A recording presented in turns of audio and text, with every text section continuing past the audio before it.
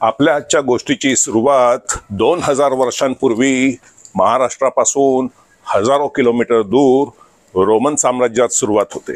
मी आता जिथे चालत आहे इथे एकेकाळी रोमन साम्राज्य होतं। आज हा इस्रायल देश आहे। 2000 वर्षांपूर्वी सुद्धा इथे ज्यूंचं राज्य होतं। तेव्हा या प्रदेशाला जुडेया म्हणायचे आणि त्याच्यावरून ज्यू हे नाव आलं। रोमन लोकांनी जेव्हा इथे आक्रमण केलं तेव्हा त्यांनी येथील ज्यू लोकांचं देऊळ पाडलं आणि इथे भयंकर कत्तल केली आणि येथील बहुसंख्य ज्यू हा देश सोडून पळाले। त्यापैकी काही ज्यू इथून समुद्रावाटे पळाले आणि काही इराण, इराक या देशांमध्ये पळून तिथून होड्या घेऊन मग नंतर शेवटी भारतात पोहोचले। त्यापैकी एक किंवा काही बोटींचा ताफा कोकण पट्टीला जाऊन थडकला आणि तिथे त्या काही होडी फुटल्या असं म्हणतात। ही गोष्ट आता 2000 वर्षांपूर्वीची आहे। त्यावेळी दळणवळण वगैरे इतर साधनं नव्हती, त्यामुळे त्या ज्यू लोकांचा आपल्या मूळ भूमीच्या इतर लोकांशी संपर्क पूर्णपणे तुटला। कोकणातील स्थानिक लोकांनी त्या ज्यू लोकांना आपल्यामध्ये अगदी छानपैकी सामावून घेतले आणि ते ज्यू सुद्धा तेथील हिंदू आणि मराठी बोलणाऱ्या वस्तीमध्ये अगदी चांगले मिसळून राहिले। तिथे ते शेती करू लागले आणि खास करून तेलाचे घाणे चालवू लागले। त्या काळी मुंबईच्या दक्षिणेला अंदाजे 100 किलोमीटर अंतरावर एक छोटंसं गाव होतं। त्याला रामनाथ असं नाव होतं।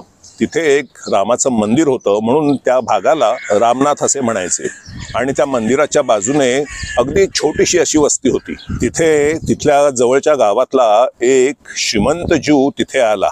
त्याचं नाव एलिशा, इंग्रजीमध्ये एलायझा म्हणतात।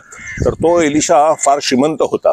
त्याने त्या मंदिराच्या बाजूने असलेल्या रिकाम्या पडीक जागा अशा मोठ्या प्रमाणावर खरेदी केल्या आणि त्यांनी तिथे मोठ्या प्रमाणावर आंब्याची आणि नारळांची लागवड केली आणि अशा त्याने मोठमोठ्या बागा तिथे बनवल्या।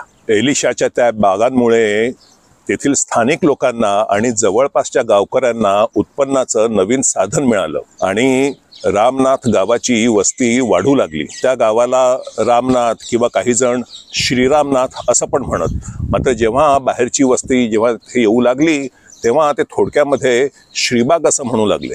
ज्या लोकांचं नाव एलिशा असतं त्या नावाला संक्षिप्त रूपामध्ये एली असं म्हणून सुद्धा हाक मारतात। इस्रायलमध्ये अनेक जण आहेत ज्यांना एली हे नाव आहे।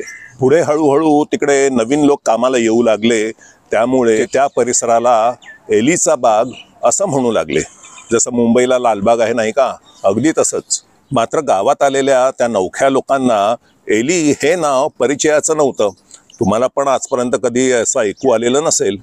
त्यांनी एली या नावाचा अपभ्रंश केला आणि अली म्हणू लागले, कारण अली हे नाव त्यांना मुसलमानांपासून अवगत होतं आणि हळूहळू एलीचा बाग त्याचं अलीचा बाग आणि त्याच्यावरून अलिबाग हे नाव दृढ झालं। थोडक्यात अलिबागचा कोणत्याही अलीशी संबंध नाही। स्थानिक नावावरून अलिबाग महाराष्ट्रभर प्रसिद्ध होण्यासाठी एक मोठं कारण घडलं आणि ते म्हणजे दर्या सारंग कान्होजी आंग्रे, छत्रपती शाहू महाराजांच्या आरमाराचे सेनापती। सुरतपासून दक्षिण कोकणपर्यंत समुद्रामध्ये कान्होजी आंग्रेंचं वर्चस्व होतं। पोर्तुगीज, इंग्रज आणि इतर काही युरोपियन देश कोकणपट्टीचा व्यापारासाठी उपयोग करू लागले। त्यावेळी कान्होजी आंग्रेंनी आपल्या बंदरांचा उपयोग केला जातो म्हणून परदेशियांवर कर लादला। त्यावेळी त्याला जकात म्हणायचे। कर वसुलीसाठी कान्होजी आंग्रेंनी कोकणमध्ये अनेक ठिकाणी आपले तळ बसवले आणि त्यापैकी एक अलिबाग। छत्रपती शिवाजी महाराजांच्या सैन्यामध्ये ज्यूंचा उल्लेख आढळणे कठीण आहे। मात्र जेव्हा कान्होजी आंग्रेंनी युरोपियन लोकांशी आपला लढा सुरू केला तेव्हा त्यांच्या आरमारामध्ये कोकणातील अनेक ज्यू सामील झाले। म्हणजे ज्यू काय तिकडे काय तलवार घेऊन काय लुटूपुटीची लढाई वगैरे खेळत नव्हते। ज्यू लोकांना समुद्राचं आणि नाविक गोष्टींचं ज्ञान होतं।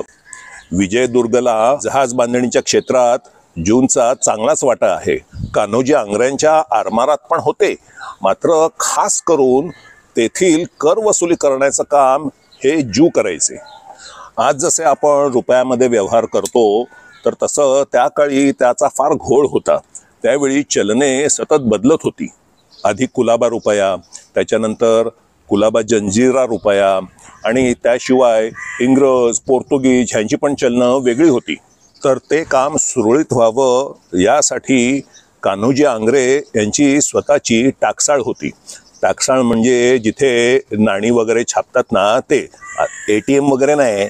तर त्यावेळचा तो सर्व घोळ सारवण्यासाठी कान्होजी आंग्रेंनी नवीन चलन काढलं, अलिबाग रुपया. एक वेळ तर अशी पण होती की अलिबाग रुपयाची किंमत त्यावेळच्या ब्रिटिश रुपयापेक्षा सुद्धा जास्त होती. त्यावेळेपासून अलिबाग आपल्या नावाने संपूर्ण महाराष्ट्रभर प्रसिद्ध झाला. कान्होजी आंग्रे यांनी आपली शेवटची वर्षे सुद्धा अलिबाग येथेच काढली. तुम्ही कधी जर अलिबागला गेला तर कान्होजी आंग्रेंची तिथे समाधी आहे, त्याला भेट द्यायला नक्की विसरू नका. आणि मग 20वे शतक उजाडलं. त्या 2000 वर्षांपूर्वीच्या जूनपैकी एक जून परत 7 समुद्र ओलांडून त्याच्या 2000 वर्षांपूर्वीच्या भूमीवर इथे परत आला. आणि त्या इतिहासाची व्हिडिओ इथे करून तुम्हाला तिथे परत दाखवत आहे. आता काय बोलणार आपण याला, तुम्हीच बोला.